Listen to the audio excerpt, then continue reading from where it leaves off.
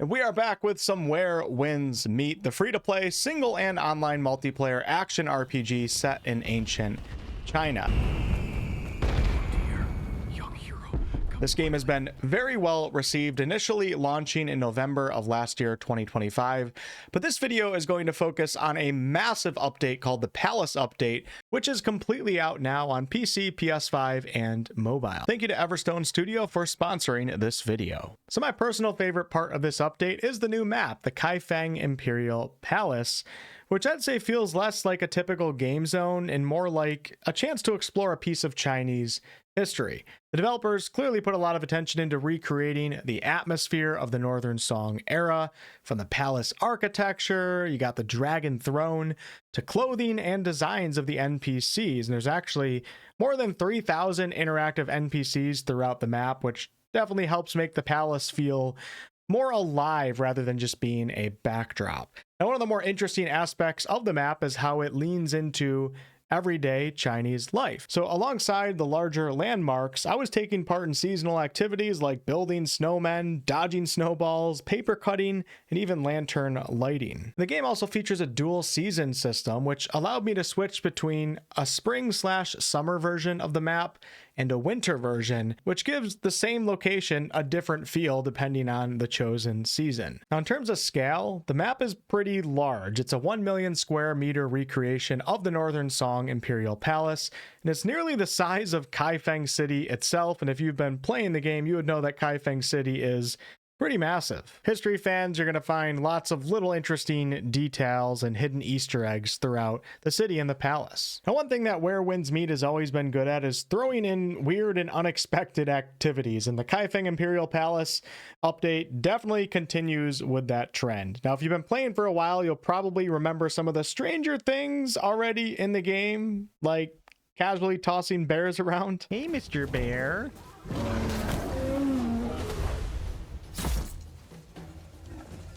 Well, this update adds even more of that kind of chaos. I was sitting on the dragon throne. You're not supposed to do that. Taking part in cricket fighting? Testing my skills in mounted archery challenges, and even playing a palace kitchen minigame that basically feels like Fruit Ninja. There's also a slapping duel minigame that mixes timing, reactions, and a bit of mind games as you try to predict whether your opponent is about to strike or dodge. Now, beyond the minigames, the palace is packed with smaller interactions that will make it feel like there's always something going on behind the scenes. You can listen in on gossip between officials, poke around in areas that are normally off limits, and in true Where Winds Meet fashion, even transform into a dog to uncover secrets hidden throughout the palace. And that includes sneaking into the Emperor's private chambers. Yeah, areas that you would normally you're not supposed to go there. You're not just moving through the palace. You're going to be stumbling upon all sorts of odd little stories and distractions that will keep you quite busy. One thing I appreciate about a few of these activities, let's just bring up sitting on the dragon throne, is there's some reactivity in the world to some of your actions. And I sat on the throne for a little bit too long, which isn't allowed. I got caught, and yeah, this happened.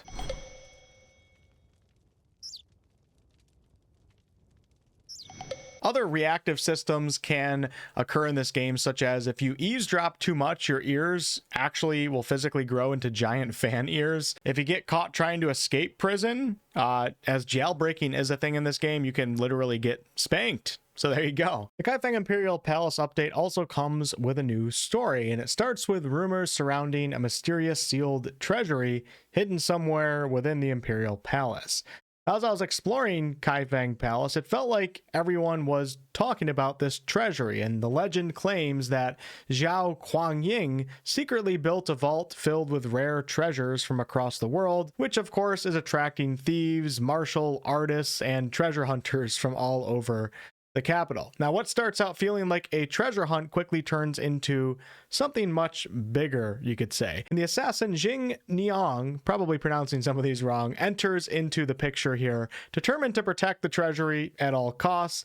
And the deeper that I got into this investigation, the more obvious it became that there was more to the story than just simple greed here. And one of the more interesting twists is that I was basically mistaken for a master thief, and I ended up acting as a double agent. And even after Zhao Guangying sees through the act, he tasks me with uncovering the truth behind both the thieves and the treasury itself. Next thing you know, there's a cinematic rooftop chase that I'm involved with and combat sequences that make great use of the lightness skill. As the mystery unfolds, the truth behind the treasury turns out to be very different from the rumors, and rather than a secret stash of wealth, it was actually intended as a reserve to help support the future recapture of the 16 prefectures. Eventually, I found myself in a final confrontation inside the confinement tower against the lone tyrant, a younger version of Zhao Da.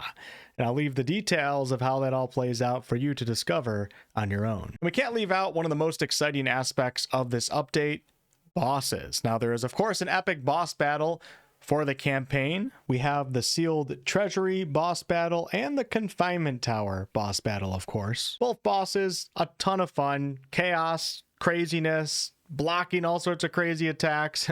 And you're definitely going to like this swordswoman, the one you can see on the screen right now. But let's focus more on the two new world bosses, the Cat Emperor and the Gilded Lament, and then I'll let you discover more of the other ones on your own. The Cat Emperor, probably one of the last things I expected to find, but find it I did.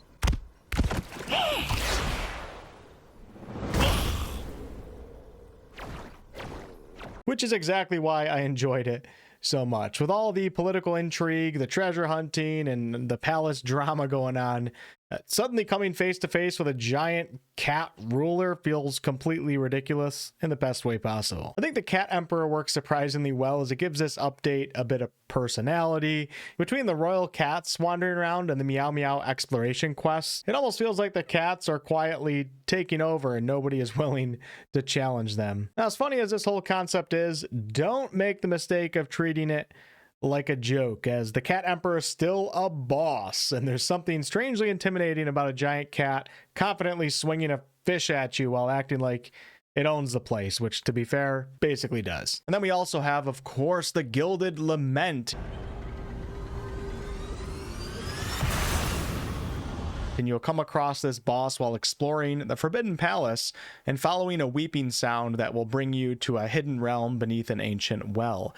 This is a poetry realm filled with white silk and verses, and the story behind this area and encounter focuses on the loneliness and trapped talent of a palace woman. The visuals of this encounter evoke a haunting, fragile beauty, as the boss features a cracked face design, and her combat style incorporates traditional water sleeve dancing, which creates a visually stunning and rhythmic encounter.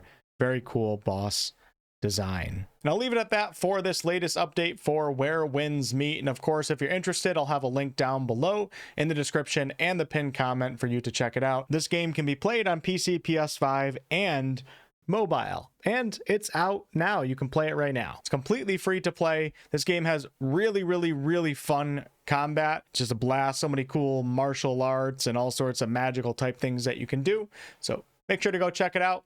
And thank you to Everstone Studio for sponsoring this video. I'll catch you all on the next one.